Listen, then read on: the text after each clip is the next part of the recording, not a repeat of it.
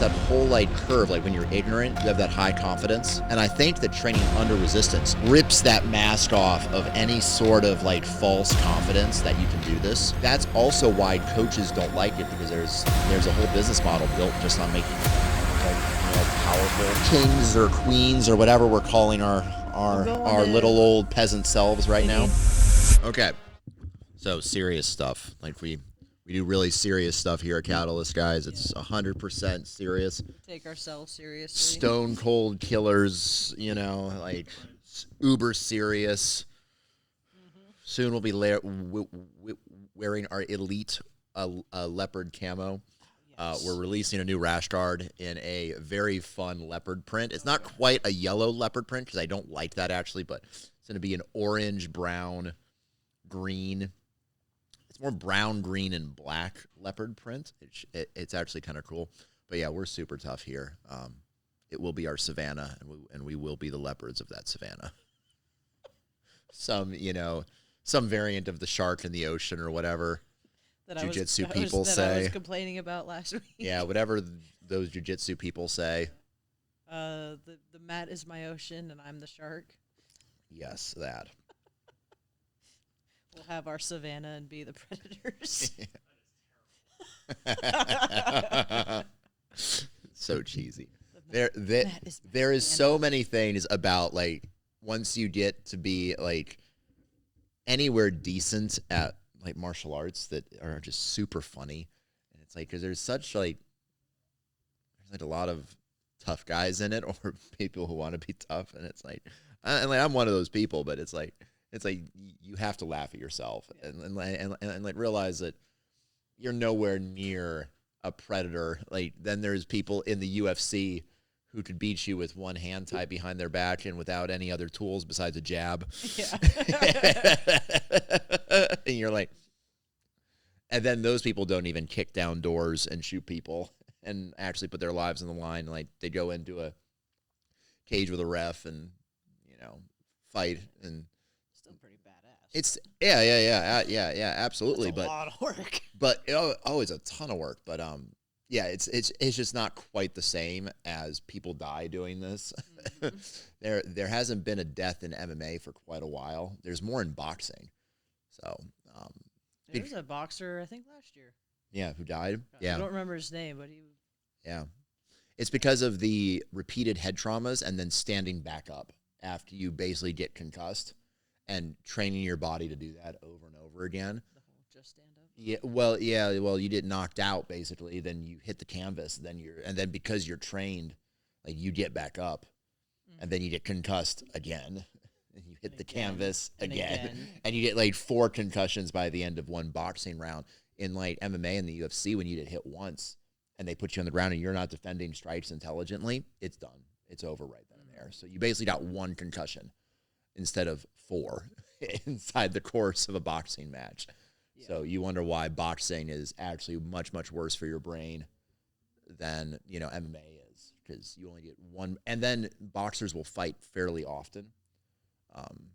And MMA guys, it takes you longer. Yeah. So 2 or 3 fights a year, maybe.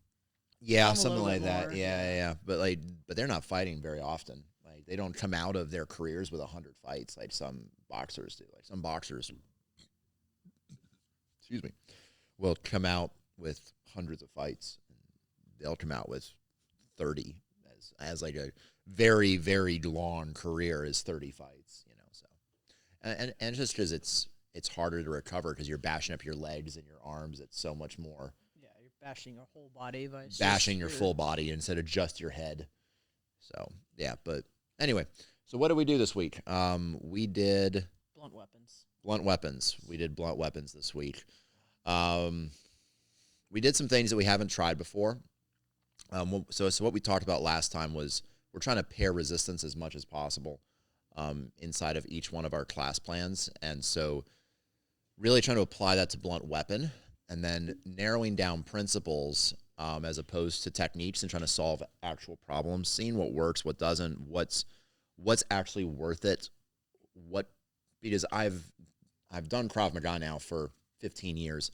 And so I know certain techniques and how they should look, but then there is what do I need to convey to a beginner to get them to do this now under a monochrome of resistance, and what actually matters in those moments. And you find that there's only one or two things that you really need to draw people's focus to when you're looking at blunt weapon, and that is there's two pieces to it that we were talking about this week. There's the timing aspect of when do I close distance and range. So there's a timing aspect, and then there's a control aspect afterward. So after you're able to touch them and move in range and control, then there's a control aspect of the arms, hands, and limbs. So basically what this problem-solving skill set looks like is a combination of boxing and wrestling.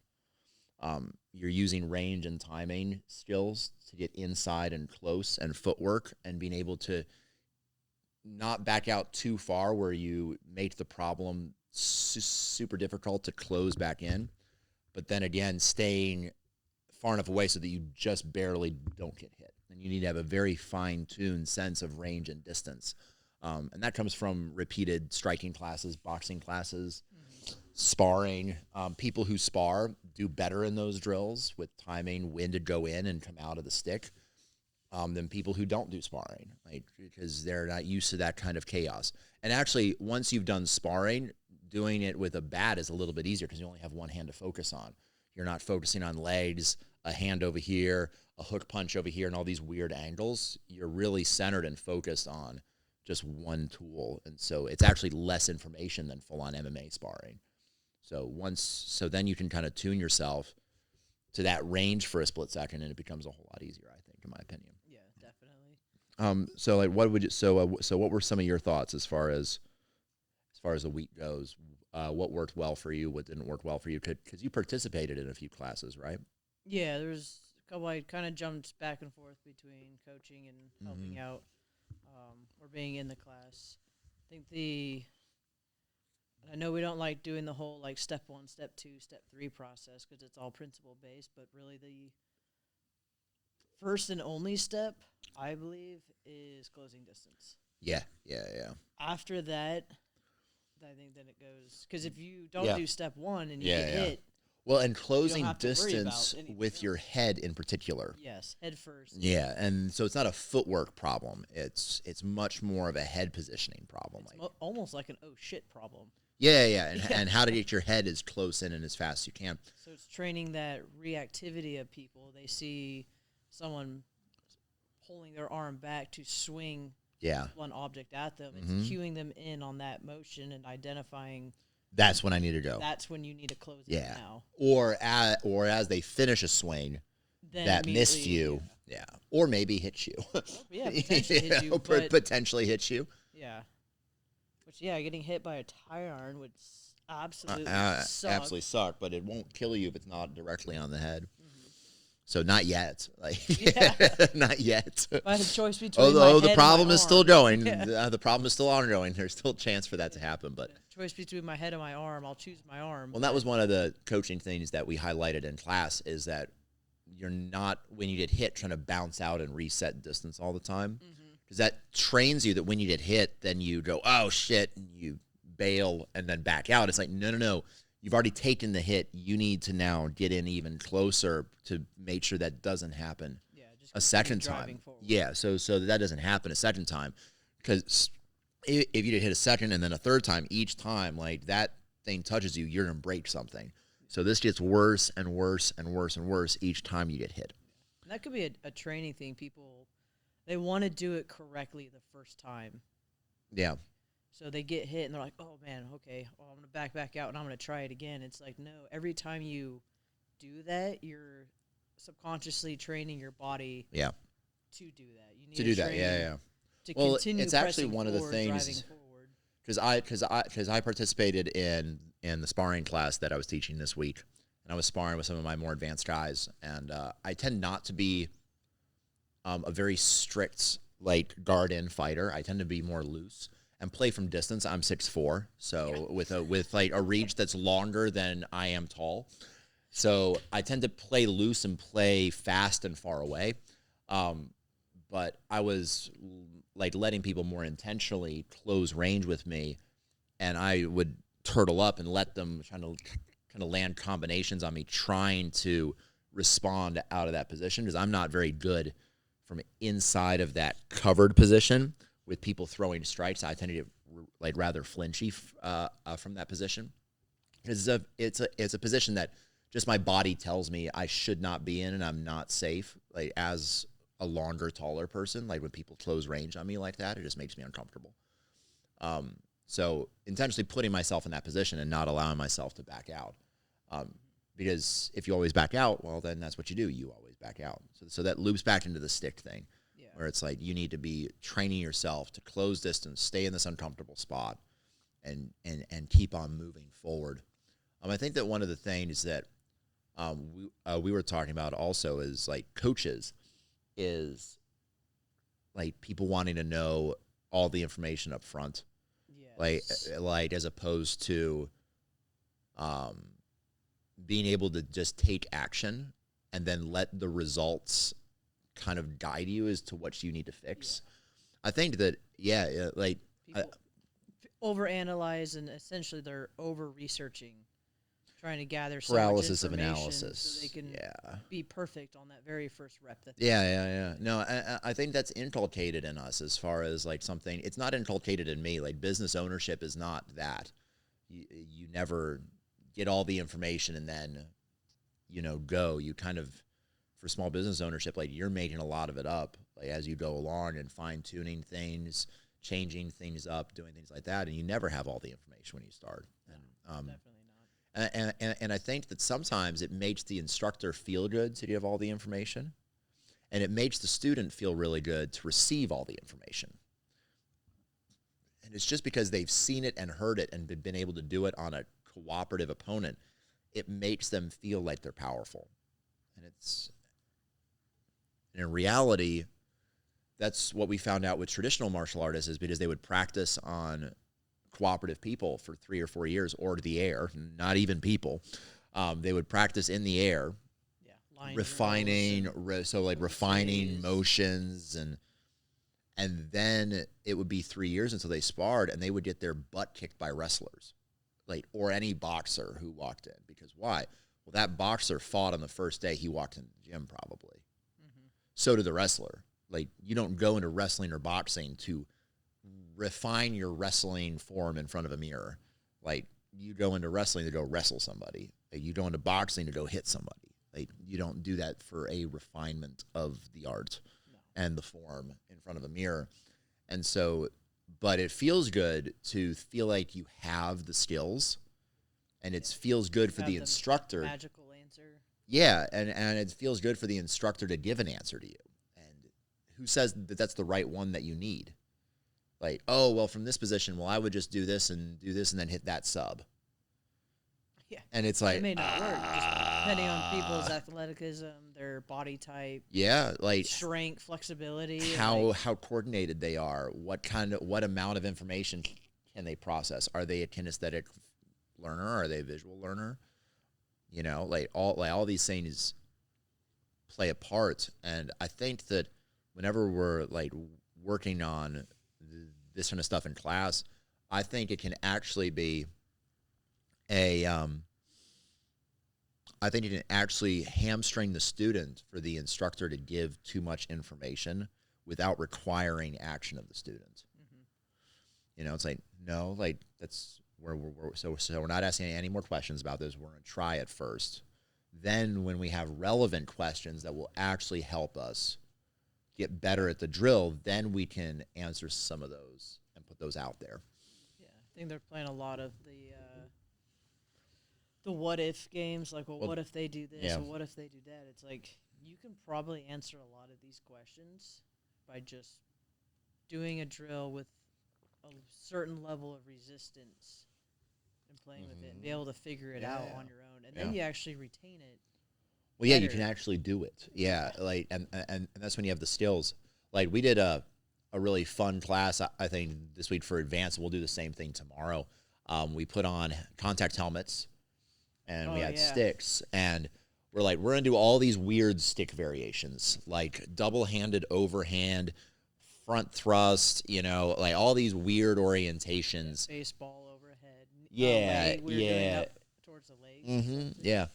And so, and there's specific techniques for all of these things that can help you arrive at some of the conclusions, but a lot of them are very evident if you have a moniker of understanding of boxing and wrestling. A lot of the problems kind of solve themselves. Like you look at this and you go, oh, so you mean I need to move my head out of the way and close distance? And then you hit and you're like, well, don't move my head that way. You know? Or like when I went 3 times, when you did the pushing in one, I went under 3 times. And got trapped between the stick and the other person's body, which is not where you want to be. So maybe the 4th time. She avoided the strike beautifully. It was the follow-on. It did not advance her position. I'll say that much. She avoided the first problem, landed square into a third, into like a second one that was one problem at a time. That was almost as problematic as the other one. One problem at a time. Hey, I mean, you don't get knocked out on the first one and then you just get slowly choked out. You have a lot more time to solve that problem, actually. Or think about my mistake. Or think about it, yeah. Either way. Depending on who's trying to strangle you with the bat. But maybe the 4th time I'll get it correct. Yeah. No, but like that's how I do run my advanced classes. Like people look at the advanced curriculum here because I was training with another Krav Maga instructor, and he's like, "Hey, David, so show me the technique because he's testing." And I'm like, "Show me the technique for the this and this thing." I'm like, "Dude, man, I don't even really. Like, I have an understanding of that technique. I've not repped that technique. Here's what we do." Like, for instance, I think it was knife from mount or something like that. It was like knife from guard or knife from mount or something like that. And it's like, so here's what we do. Yeah, it's a terrible situation. You think knife or just do mount with someone who's mildly experienced in grappling, then add punches and then add a knife. And you'll see how absolutely royally screwed you are. Unless this person is a fighting imbecile that is trying to stab you. Like, he's the 115-pound crackhead who has no clue what he's doing. Then you might have, you may have a shot. You might have a shot. You've already failed at about 10 other things. Well, yes. Yeah. You might have a shot. Yeah, so I'm like, so what we do from that position is we have someone sit on top of you with a knife and start trying to stab you. And you have to figure out how to control hands and how to move that person off of you. But by this point, you already have an understanding of hand fighting, wrestling positions, groundwork, and a lot of my blue belts compete in jiu-jitsu tournaments, or like a lot of my advanced belts will compete in jiu-jitsu tournaments. And so it's like you're already decently good at groundwork and wrestling. So this problem becomes a whole lot easier for you to solve because you just have to tweak some things. And it's not a new skill set. It's just a different skill set. It's a more focused skill set. Slightly. You're focusing now more on one hand, the hand with the knife. Yeah. So just, and then seeing what drills like really drew the students' focus to the right things, I think was really important as well. Because that's something that I'm always playing with is how to get students to be more attentive to their goals. Not necessarily the techniques, but the goals behind why these techniques exist. Because you can look at a technique, and I think that's the most basic, lowest level of instructor is he can flip through a syllabus and go, I know all the techniques in here, and I will teach these students the techniques. And then have his students just demonstrate said techniques, and they look decent. And, well, actually, they probably all look like crap because they can't fight. But you get them to a point where they look good enough to kind of pass the test, and then you go, okay, well, I'm a great instructor. Look, they can kind of copy this technique. Teaching techniques to satisfy a testing requirement. Well, to the next rank. Right, correct. So instead of teaching, let's say, creative writing, you're not producing students who can write a book. You are teaching students who can copy other people's books very easily. That's all you're doing. Is you're not teaching them to be creative, express themselves, their own body, their own mindsets, their own attributes, their own thoughts, their own ideas. You're teaching them to be copiers. And who's to say that the original person, as much as we revere them, who's to say they got it right all the time? That's a huge statement of arrogance, that the original founder knows all, and the guys below him are merely just there to copy and perpetuate the art. Yeah, copy, paste, copy, paste. Copy, paste, copy, paste. And it's like, that's a massive statement of arrogance. Especially since fighting is adapting and developing so quickly now. Correct. We are the best at fighting we've ever been. And if you don't believe that, look at the UFC and look at what these guys are pulling off in real time. In real time, look at what they're pulling off and tell me that we have not evolved. People are doing jump flying arm bars or like a Demetrius Johnson's suplex to midair arm bar. How does that populate live? He's not a black belt in jiu-jitsu. I think he might be now, but he was like a purple or brown belt back then. And he does a suplex on some dude, and then in the middle of the suplex puts him in an arm bar in midair. And it's like, and you look at that, you go, wow, that's a no manual. Like, yeah, you're not going to see that. No instructor ever taught him to do that. Like, that's an expression of who he is. That's art. And so I think that's what a coach, and a very, very good coach and very good instructor, attempts to start pulling out of students is, he says, these are why these techniques have worked for people.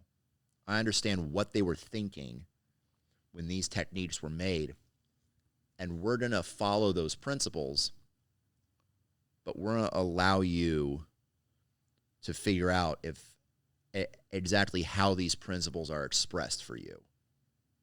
What can you actually do? And I think that's an important part of coaching. And that's what we did kind of toward the end of class. Right? We taught all these things, and then we gave people bats, foam bats, put people in safety goggles, gave them specific targets on the body, and then said, well, we're going to go at it.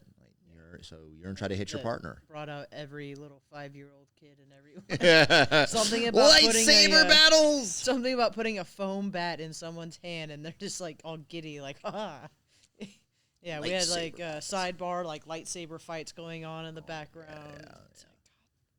Of course, I was one of those people. But. Yeah.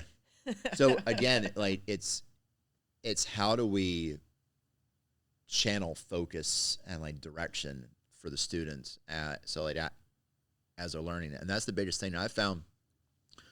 The more that I get lost in tangents and don't talk about the goals and try to explain things more, the less actual attention I get. And then the more I emphasize the goals, and then people will ask me questions like, well, what about this, and what about this, and what about this? And it's like, no. We're not doing those things right now.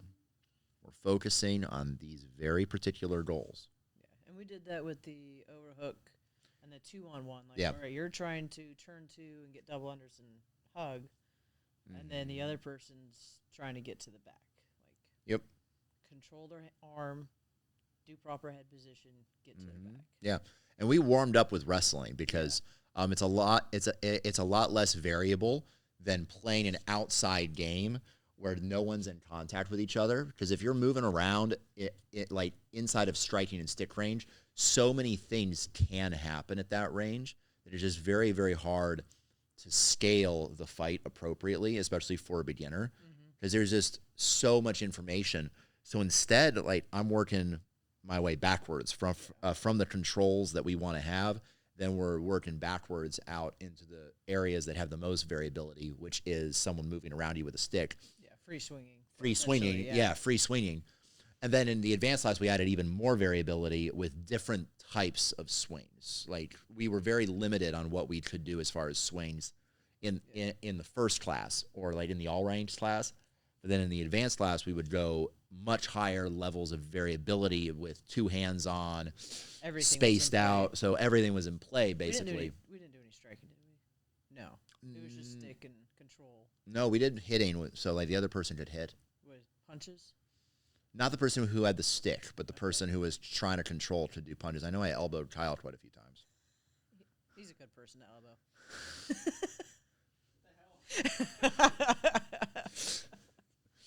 So, but but I felt like that actually was really, really fun. It worked out really, really well. Yeah.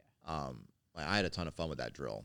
Like, you know, because it's, to me, it's training that feels real. Like I don't need to,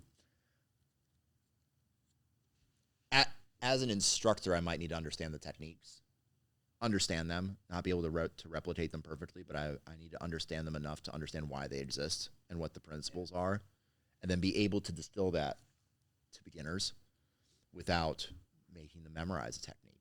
Because at the end of the day, when you look at Krav Maga or any sort of fighting style, people are always trying to go for a certain look. It seems like it's like they want it to look a certain way. They look pretty. Yeah, they want it to look Instagram. effortless. They want it to look effortless, or, you know, masterful or precise, all these things. And it's so funny. We'll put people who can't fight and have them shadow box. You can teach someone how to throw a punch, but if they've never fought and they try to shadow box, or they've never sparred and they try to shadow box, they're terrible because they can't envision what a fight looks like. They can't move like they should. But then you put someone who's had 10, 15 fights and have them shadow box, and suddenly, oh, they're masterful. They're precise. Yeah, because they can visualize the person. And was it the pad work and all the practice they did in the mirror that got them there, or because the fact they actually fought? I think it's the fact that they actually fought. Yeah, a resisting live opponent makes them masterful and precise at their craft. Pads and punching bags don't hit back. So. Yep, and they don't create that effortless ease of a master under pressure. And that's what, at the end of the day, like, it's an uncomfortable way to train, I think, being thrown out there as a new practitioner, because you do feel like that you just need more information in order to take action. And it's vulnerable. Yeah, and you feel like it when that vulnerable. happens. And I think that's not a comfortable feeling, but it's a feeling that's important, because emotions have an impact on learning. And if you're emotionally invested because you don't feel like you're getting it in what you're learning, your attention and focus will be better. And it's like, and if we are training for self-defense, after all, do we have all the information before we have to take action? No, we don't even know if this person is going to assault us as they're approaching us. It's either an ambush or starts with a verbal altercation. Yeah, it starts with a conversation or an ambush. And in the ambush, you have no information. No, you just boom, the information that I received was the punch to the back of the head, or the shove, or the pin to the car. You know, and I have no information. Or this person is coming up to me and talking to me, and now I don't have the information of whether this is. I now have more information, actually. What size they are? Do they look in shape? Male, female?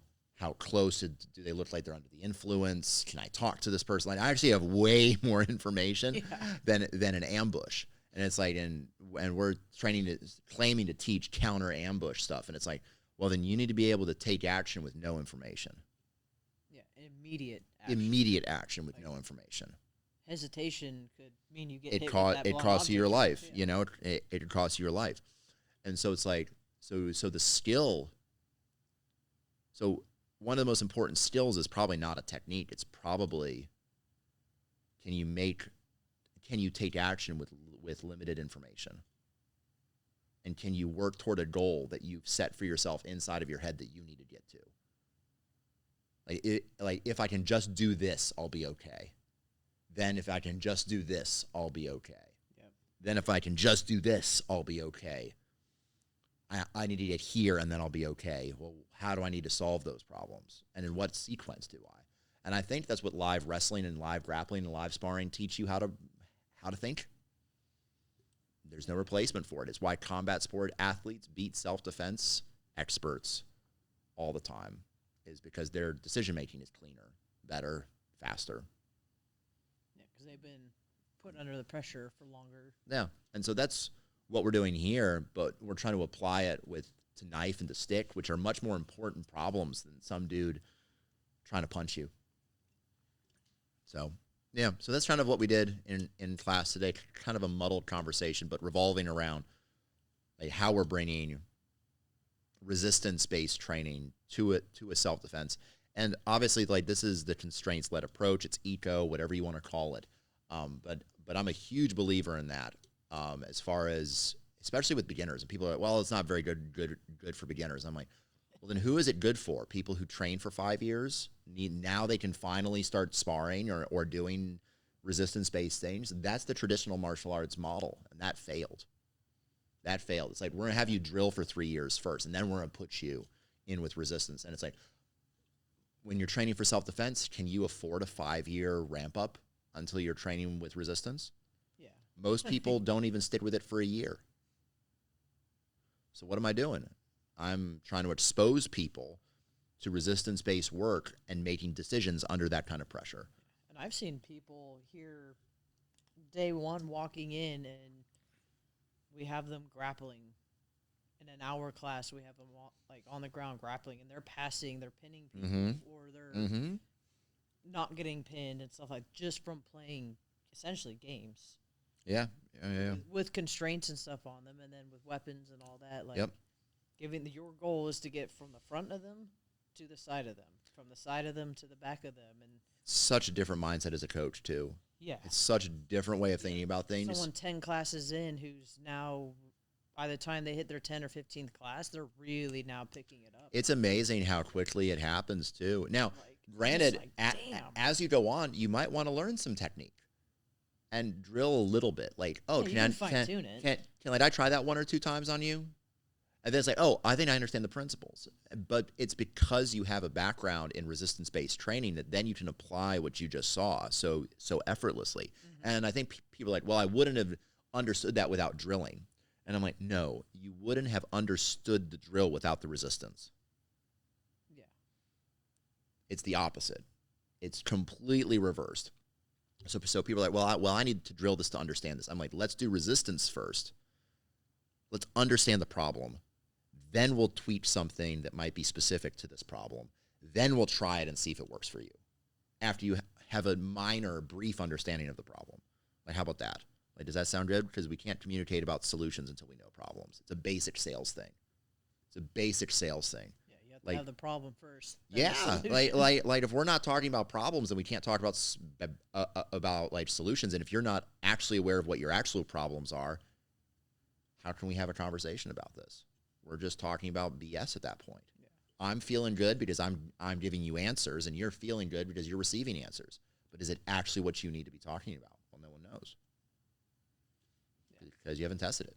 No, I really, really like the resistance first, and then the fine-tuning second. And why I think it's not so popular is because, as I said, it takes dedicated coaching. I've dedicated 15 years of my life to full-time coaching. That is all that I've done for the past 15 years. It's all I've done. I haven't done another career. So it's like, so if you're wanting to be Joe Schmo Karate part-time, it's like, this probably is a very hard method of coaching because you don't have the insight. Yeah. You don't understand what drills will hurt people. Yeah. You know, like, what's too much, what's too little. Can you read that person when they walk in the room? Because there's no set class plan for this either.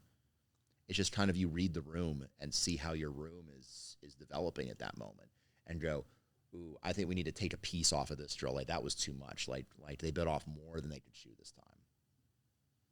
Then we need to, or it's like, man, everyone smoked that drill. Like they were looking like rock stars. Okay, time to put another piece on this drill. Add more layers to it. Right? And so that's not a class plan anything. Like, you can't class plan that. Like, you can walk in with a general idea of what principles you're going to go over and what you're going to do, but you can then accelerate or decelerate depending on what the room gives you that day. Sometimes I'll even have advanced people and I need to decelerate just because the focus isn't there. Like, they've been wiped. They've done 2 classes already. It's a Saturday advanced class. Like, they've done an all ranks, they've done a grappling class, all that have resistance in it. And then they might have done fight or fitness before that. So they've trained 2.5 hours in. Then you're on hour 3 and I'm just losing focus. So it's like maybe we can't do as much layers. Maybe we have to just go really basic crap again and go from there. You know, so it's hard to replicate that in a coaching staff. So if you want to mass produce a product, you want to just rubber stamp things and just go, well, we're going to turn out cookie cutter instructors. Yeah, here's technique 1, 2, 3, and please 4. teach these this way. Yeah. Here's the book. Follow the pictures. Yes. You cannot produce that, and you can't do this and produce a system like that. It's not possible. No. This takes a lot of reading intentionality. room, reading the people, and then knowing the principles. Yep. And being able to adjust on the fly. Yep. Adjustment on the fly. Because I know when we have like a bunch of more newer people, like it's the resistant or the goals are very, very small. Very small goals, like small little chunks. Whereas if you have a more senior class, like it's like, okay, you have these options, you have these options. Go. Have fun. So let's see what happens. Yeah. And I think that this is how you get people who are, and I think for the people who are actually in it for the right reasons, it is the most fun way to train. Oh, yeah. It is the most fun way to train. Now, if you're here to feel good for 2 or 3 months and get your little self-defense box checked and say, well, I did some self-defense training, it's good for me, you know, like that, this will hurt you as far as like your confidence, because you'll realize this is not a 3-month problem. And it's like, I think that's good too. Like, you have to understand your limitations and what you're able to do and what you can't do. And I think that's what the resistance also exposes is your personal vulnerabilities and limitations. Like, yeah, this is not a cookie cutter.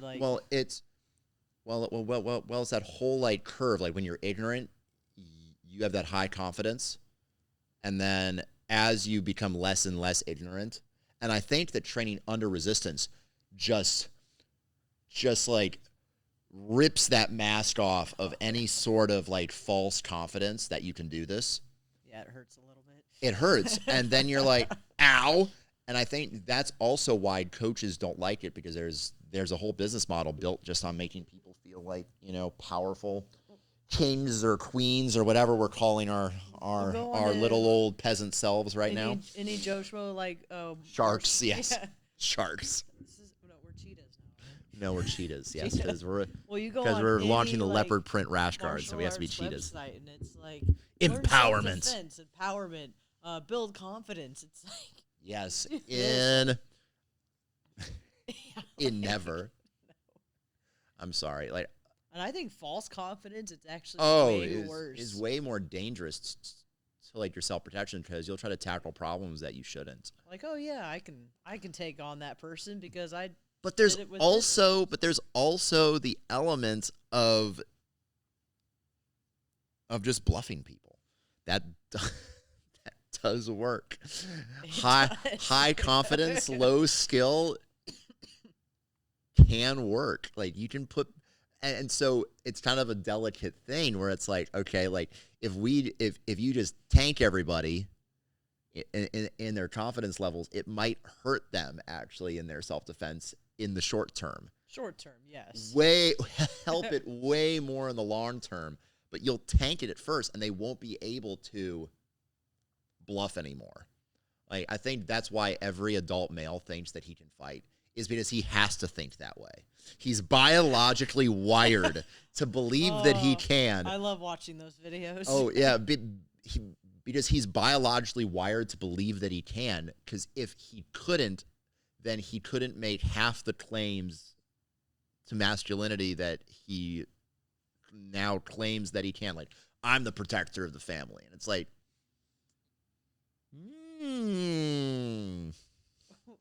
I think not. What was it, a few weeks ago? We watched a video. It was like this girl was going around and asking random people.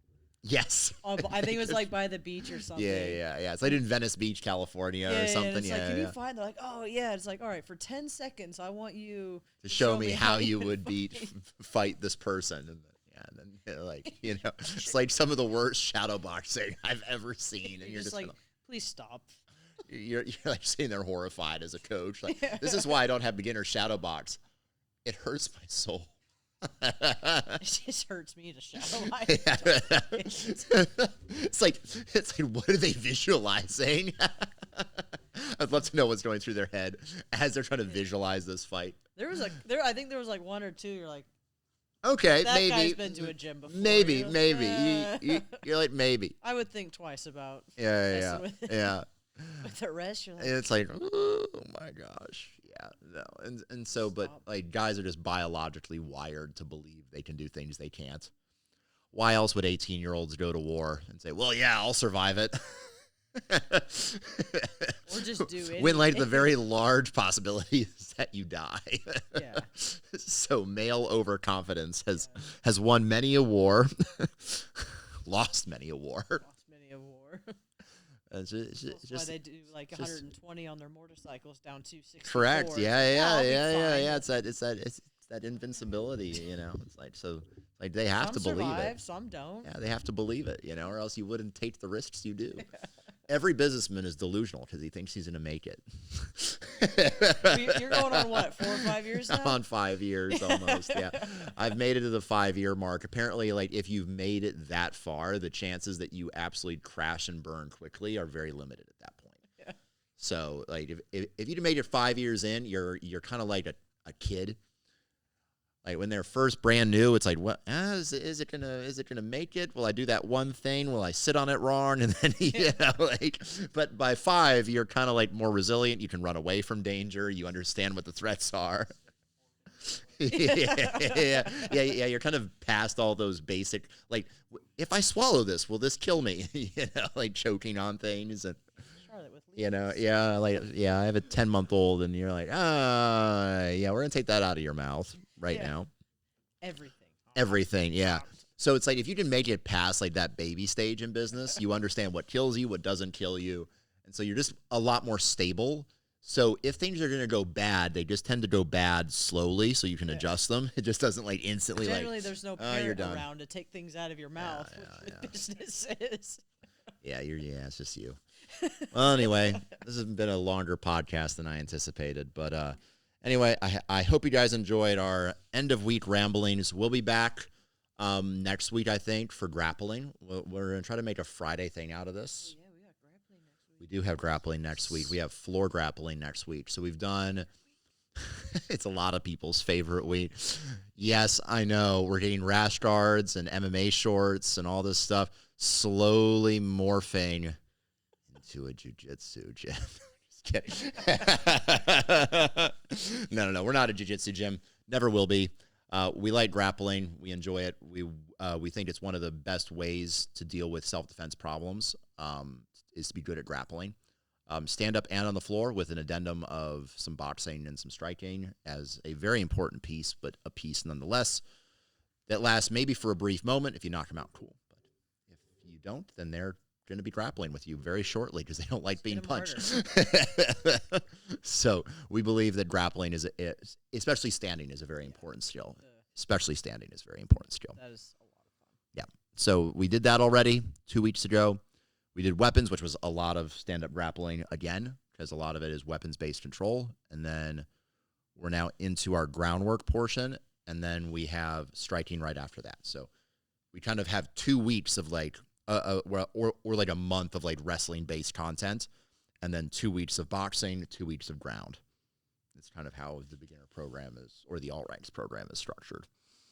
So, well, we will see you next week, and tune in for more of our ramblings on Friday night.